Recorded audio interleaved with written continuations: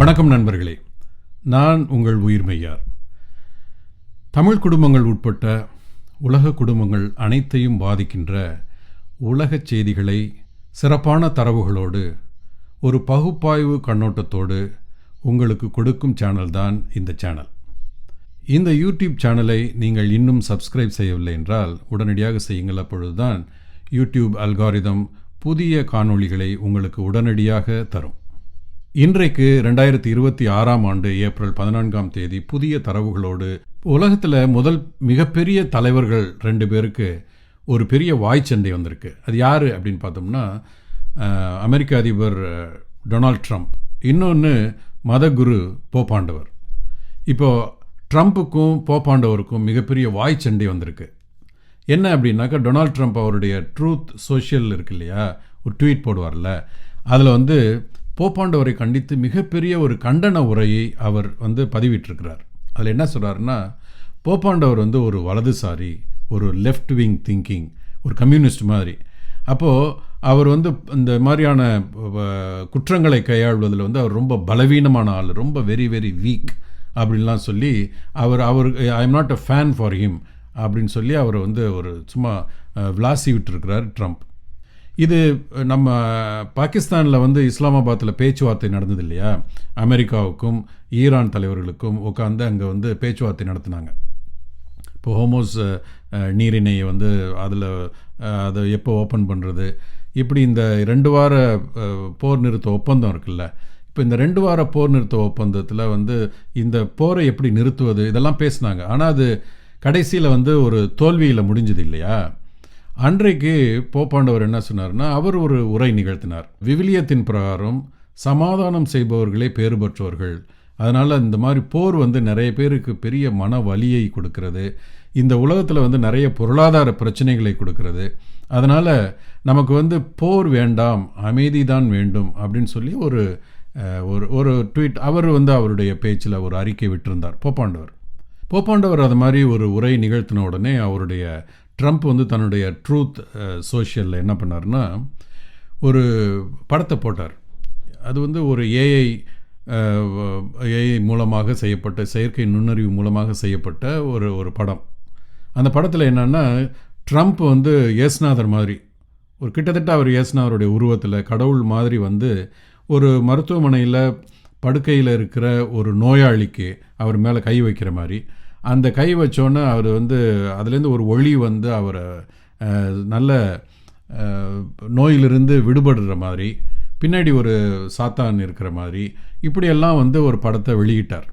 அன்றைக்கு போப்பாண்டவர் அதாவது அது என்ன சொல்ல வர்றாருன்னா, நீங்களாம் ஒரு பெரிய ஆள் கிடையாது, நான் மக்களை இப்படி காப்பாற்றுறேன், கடவுள் போல் காப்பாற்றுறேன் அப்படிங்கிற மாதிரி ஒரு அர்த்தத்தில் அது வெளியிட்டார். ஆனால் அதுக்கப்புறம் கொஞ்சம் நேரத்தில் அதை நீக்கிட்டார்.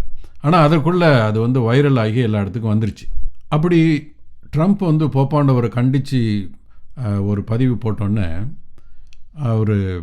போப்பாண்டவர் நேற்று அல்ஜீரியாவுக்கு ஒரு பயணத்தை புதுசாக அங்கே முதல் அவர் போப்பாண்டவர் ஆன பிறகு இப்போ அங்கே போகிறார். அங்கே போகும்போது அவரை கேட்குறாங்க, இது மாதிரி ட்ரம்ப் உங்களை கண்டித்து அவர் இது மாதிரி ஒரு இன்டர்வியூவும் கொடுத்துருக்கிறாரு, போஸ்ட்டும் பண்ணியிருக்கிறாரு அப்படின்னு கேட்டோன்னே அவர் போப்பாண்டவர் பதில் சொல்கிறார், நான் ஒரு அரசியல்வாதி கிடையாது, நான் என்னுடைய விவிலியத்தின் சார்பாக, விவிலியம் ஒரு சமாதானத்தை முன்வைத்து அது பேசுகிறது, என்னுடைய விவிலியத்துக்காக நான் நிற்கிறேன், டொனால்ட் ட்ரம்ப்புடைய அவரோடு நான் பேசி மோதுவதற்கு நான் தயாராக இல்லை என்று அவர் போப்பாண்டவர் கூறினார்.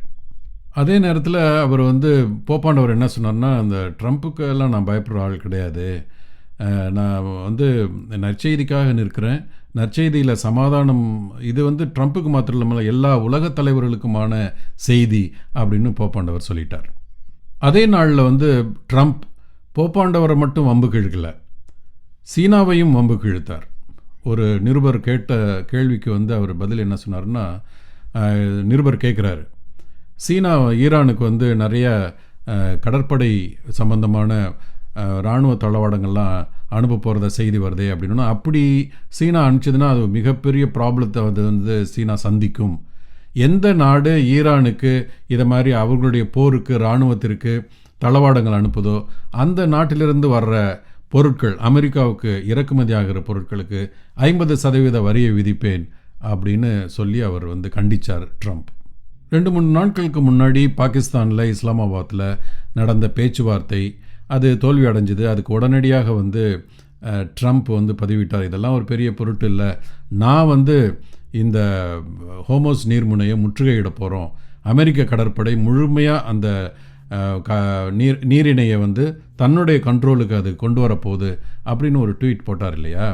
அந்த முற்றுகை அவர் என்ன சொல்கிறாருன்னா, கிட்டத்தட்ட 34 கப்பல்கள் வந்து அது வழியாக பாஸ் ஆகிடுச்சு அப்படின்னு சொன்னார். ஆனால் அதுக்குரிய எந்த விதமான சான்றுகளும் இருப்பதாக தெரியவில்லை.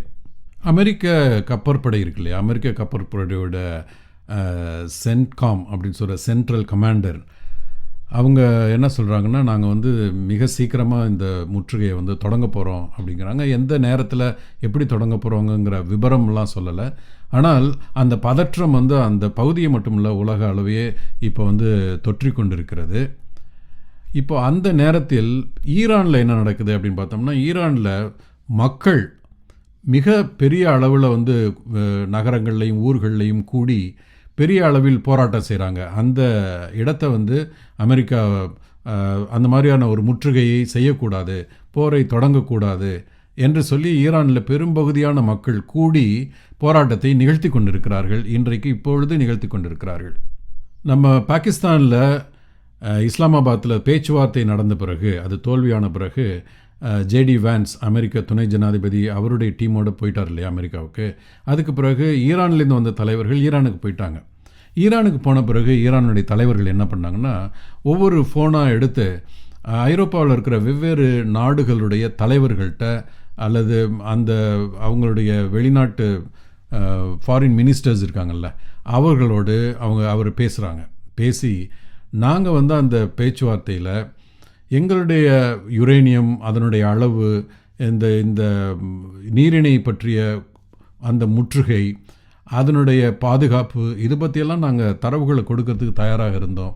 இருந்தாலும் அமெரிக்கா வந்து ஒத்துக்கொள்ள முடியாத உத்தரவாதங்களை வந்து அவங்க கேட்குறாங்க. அதனால் அது வந்து அவங்க பேச்சுவார்த்தைக்கு வந்ததாகவே தெரியலை அப்படின்னு சொல்லிட்டு France, Germany, even Saudi, Oman, Qatar, இந்த அவங்களுடைய வெளியுறவு அமைச்சகத்தோடு அவங்க எடுத்து ஃபோன் யார் பேசினார், ஈரானியன் ஃபாரின் மினிஸ்டர் அப்பாஸ் அர்காச்சி அவர் எடுத்து ஃபோன் பேசி கிட்டத்தட்ட அவருக்கு ஆதரவாக ஐரோப்பாவையும் சரி வளைகுடா நாடுகளையும் கொண்டு வருவதாக செய்தி நமக்கு வந்து கொண்டிருக்கிறது. அமெரிக்கா, ஈரான் இப்போ இந்த பிரச்சனை நடந்து கொண்டு இருக்கும்போது அவர் வந்து இப்போ ட்ரம்ப் வந்து கத்தோலிக்க மத தலைவர் போப்பாண்டவரை சீண்டுவதும் சீனாவை சீண்டுவதுமாக இருக்கும்போது, இங்கே இஸ்ரேல் லெபனானில் என்ன நடக்குது அப்படின்னு பார்த்தோம்னா, இஸ்ரேல் அரசு லெபனான் வந்து பேச்சுவார்த்தை நடத்துங்க அப்படின்னு சொல்லி எங்களை தொந்தரவு பண்ணுறாங்க. அதனால் நாங்கள் வந்து அமெரிக்காவில் அங்கே உட்காந்து நாங்கள் வந்து பேச்சுவார்த்தை தொடங்க இருக்கிறோம் அப்படின்னு சொல்லிட்டு பேச்சுவார்த்தை தொடங்க போகிற இந்த நேரத்தில் அந்த பேச்சுவார்த்தையில் எந்த ஒப்பந்தம் வந்தாலும் நாங்கள் அதை ஏற்க மாட்டோம் அப்படின்னு சொல்லிட்டு லெபனானில் இருக்கிற ஹெசபுல்லாவினுடைய மூத்த அதிகாரி வஃபிக் சஃபா கூறியுள்ளார். ஸோ அமெரிக்கா, இஸ்ரேல் இணைந்து ஈரானோடு ஏற்பட்ட அந்த போர், அதுக்கு பிறகு இந்த நீரிணை முற்றுகை, அதில் இருக்கிற சிக்கல்கள், இதெல்லாமே உலக அளவில் எரிபொருள் பிரச்சனையை கொண்டு வந்து எல்லாருக்கும் தெரியும். அது எல்லா நாடு, இலங்கையும் சரி, மலேசியாவும் சரி, ஆஸ்திரேலியா, இந்தியா, எல்லா நாடுகளையுமே அது பாதித்து கொண்டிருக்கிறது. அப்போ ஆஸ்திரேலியா என்ன பண்ணுது, தன்னுடைய எரிபொருள் அதை வந்து மக்களுக்கு எல்லாத்தையும் சரியாக கொடுக்கணும் அப்படிங்கிறதுனால போன 2 நாளைக்கு முன்னாடி அவர் ஆஸ்திரேலிய பிரதமர் ஆந்தனி அல்பனீசி சிங்கப்பூர் சென்று பார்த்தார். இப்போது வந்து அவர் மலேசியாவுக்கும் புருனேக்கும் போயிருக்கிறார். புருனேயில் வந்து கேட்டது மாதிரி எரிவாயு ஒப்பந்தம் பண்ணியிருக்கிறாங்க. கிட்டத்தட்ட ஆஸ்திரேலியாவுக்கு வர்ற எரிபொருளில் 9% புருனேயிலேருந்து வருது. ஆஸ்திரேலியாவுக்கு எரிவாயு ஏற்றுமதி செய்கிறதுல 3வது பெரிய ஏற்றுமதியாளராக இருப்பது யார் தெரியுமா? மலேசியா தான்.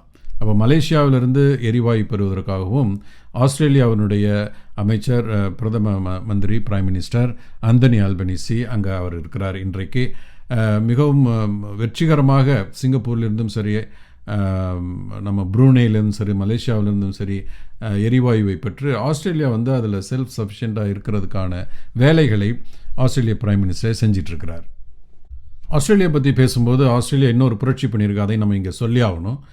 ஒரு 125 வருடத்திற்கு பின்பு ஆஸ்திரேலியாவுடைய இராணுவ தளபதியாக ஆஸ்திரேலியாவுடைய இராணுவ தளபதி த ஹையஸ்ட் போஸ்ட் அதில் வந்து ஒரு பெண் இராணுவ தளபதியாக நியமிக்கப்பட்டிருக்காங்க. அவங்க பேர் வந்து ஜெனரல் சூசன் கோயில்.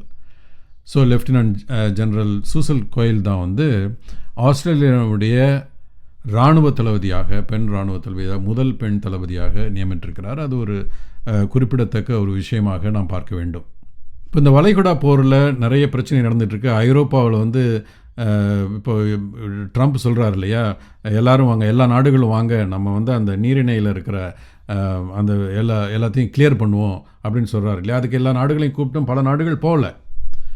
அப்போ ஐரோப்பா நாடுகள் கூட அதை தயங்கிட்டு இருக்காங்க. அவங்க வந்து இன்னும் வந்து எந்த வார்த்தையும் விடலை. இந்த நேரத்தில் ஹங்கேரியில் வந்து ஒரு எலெக்ஷன் நடந்தது. ஹங்கேரியில் எலெக்ஷனில் 16 வருடத்திற்கு பிறகு ஒரு பெரிய மாற்றம் நடந்திருக்கு. அதில் என்ன நடந்திருக்கு அப்படின்னா, இப்போது பிரைம் மினிஸ்டராக வந்து 16 வருஷம் இருந்தார் யார், விக்டர் ஆர்பன் வந்து அவர் எப்படின்னாக்கா, அவர் வந்து ரஷ்யாவோட ரொம்ப நெருக்கமாக இருந்தார், யூரோப்பியன் யூனியனோட அவ்வளோ நெருக்கமாக இல்லை. ஸோ 16 வருடமாக ரஷ்யாவோட நெருக்கமாக இருந்த விக்டர் ஆர்பன் இப்போ தோற்கடிக்கப்பட்டிருக்கிறார்.